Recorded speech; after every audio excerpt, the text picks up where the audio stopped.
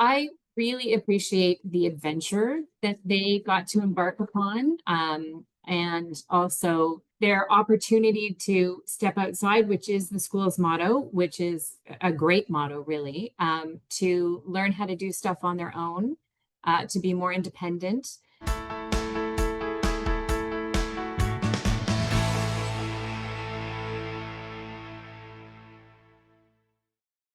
I'm Agnes Stowicki, Managing Editor with Our Kids. We're speaking with insiders from Canada's leading private and independent schools to bring you insights into school programs, culture, traditions, and leadership. This includes insights from parents, alumni, and administration. This is the Our Kids Insider Perspective.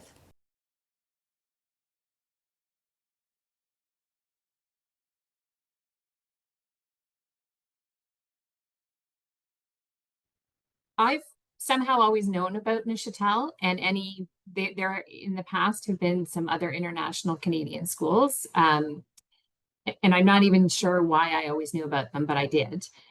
So really what happened in our family was our kids were in French immersion until the end of grade 8.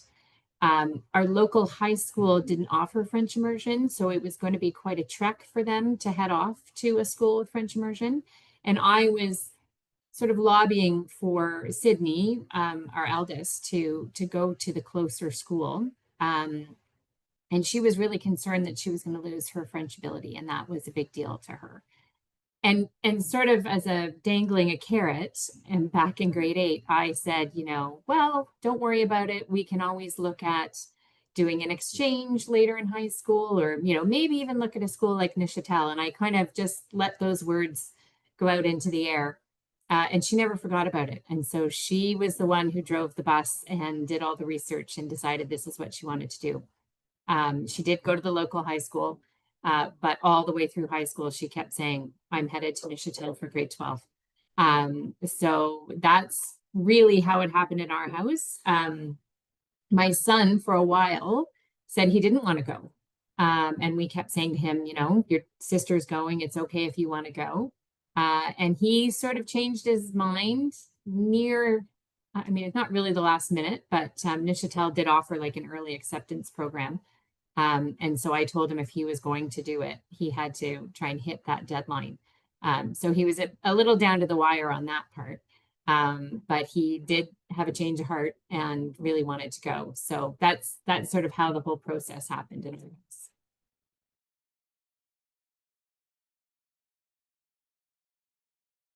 I really appreciate the adventure that they got to embark upon, and also their opportunity to step outside, which is the school's motto, which is a great motto, really, to learn how to do stuff on their own, to be more independent.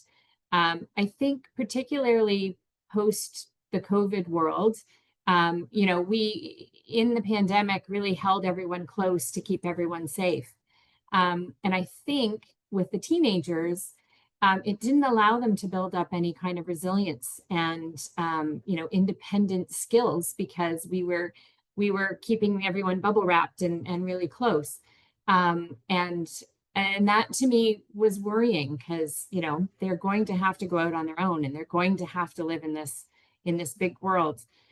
So I think that's one of the most important things is knowing they were in a safe environment, but they were far from us, made them have to solve their own problems, and really build that resilience that I felt was really missing.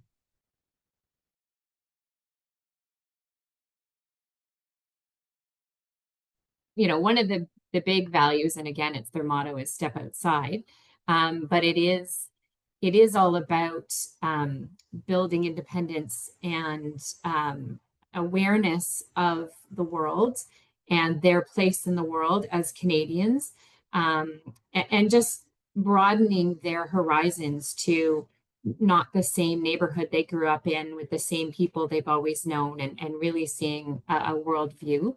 And I think it's so important and invaluable, and I don't think there's another way to get it aside from traveling, and experiencing cultures and seeing different things in the world. So I think that's really big for the school, and I think they do it very well.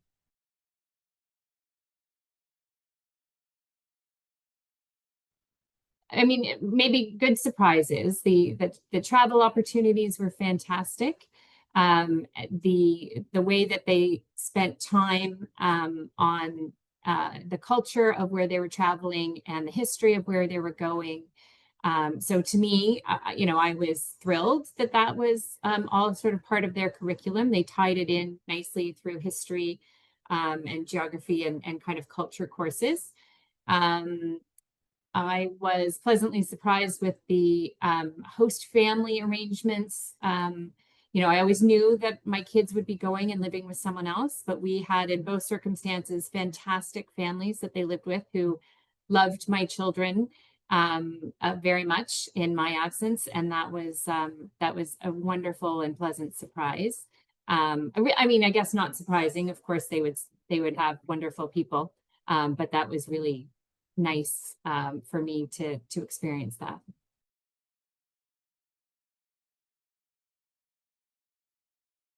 So the extracurriculars, from a sports perspective, will probably depend year to year on what the cohort of kids are like. So they do send out a survey and say, what kind of sports do you like and what are you interested in? So, if they had a ton of volleyball players, then volleyball would probably be at the top of the list. I know for both my kids' years, they had a frisbee golf team one of the years. They had a volleyball, or sorry, not frisbee golf, ultimate frisbee. They had a volleyball team. There were a bunch of really good downhill skiers, so they had a ski team both years. So from a sports perspective, it kind of depends on who's there and the makeup of the kids and what they like to do. The teachers are wonderful and open to kind of doing anything. So if a bunch of kids get together and say, hey, we want to do basketball, they make it happen, and then they find local schools to compete against, and so there is a bit of competition. They offer a Model UN club basically every year. I think they obviously judge to see who's interested. And the Model UN Club is run by one of the teachers, and they travel at least twice a year to competitions. They've got, instead of having like a student council president, they have what they call their foyer council, and people run to be elected, but there's, 5 or 6 kids each year that are on it, and they're in charge of movie nights and pajama day and, making the school spirit happen in a school environment that's quite a bit smaller than, if you went to a big high school. So there are lots of opportunities for people to get involved in the school and also to, play sports or compete.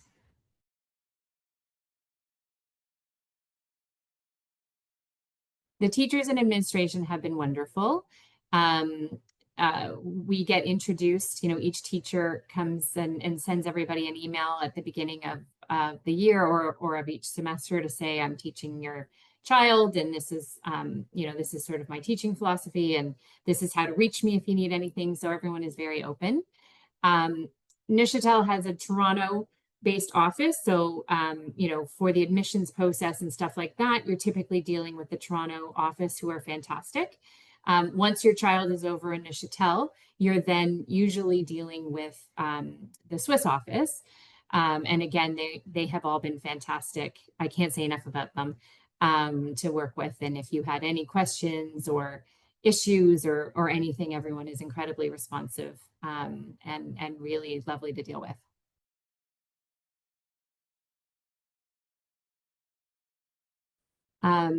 So I think the number one reason would be probably the travel opportunities are phenomenal. Not only do they go on school trips that the school takes everybody on, there are opportunities throughout the year, depending on how well they're doing in school, to go on some independent trips as well that they coordinate with their friends, and they present to the school, and the school approves, and they can go for kind of a weekend away. I think the resilience piece of building the resilience in our teenagers is huge, and having to solve their own problems and do things on their own without mom and dad right over their shoulder, I think is incredibly important. I think it also sets them up so well for university. And thirdly, I would just say the adventure. I think it's amazing. I mean, all parts of it, to step outside your comfort zone and to travel and to meet new people and immerse yourself in a culture and a language. I mean, I wish I had done it. I think it's fabulous. And so I can't recommend it enough. It's just, I'm a huge fan of the school. We sent our two children there. And I wish they had an adult program, because I'd go there tomorrow if I could.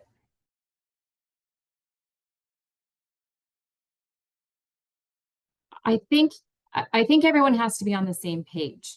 I think if the parents really want the child to go and the child doesn't want to go, then I don't think that's a good fit. Um, this is stepping outside your comfort zone, and not like a tiptoe outside your comfort zone. It is a big step outside your comfort zone. And I think everyone has to be on board. And so I think, your student, your child needs to want to do this.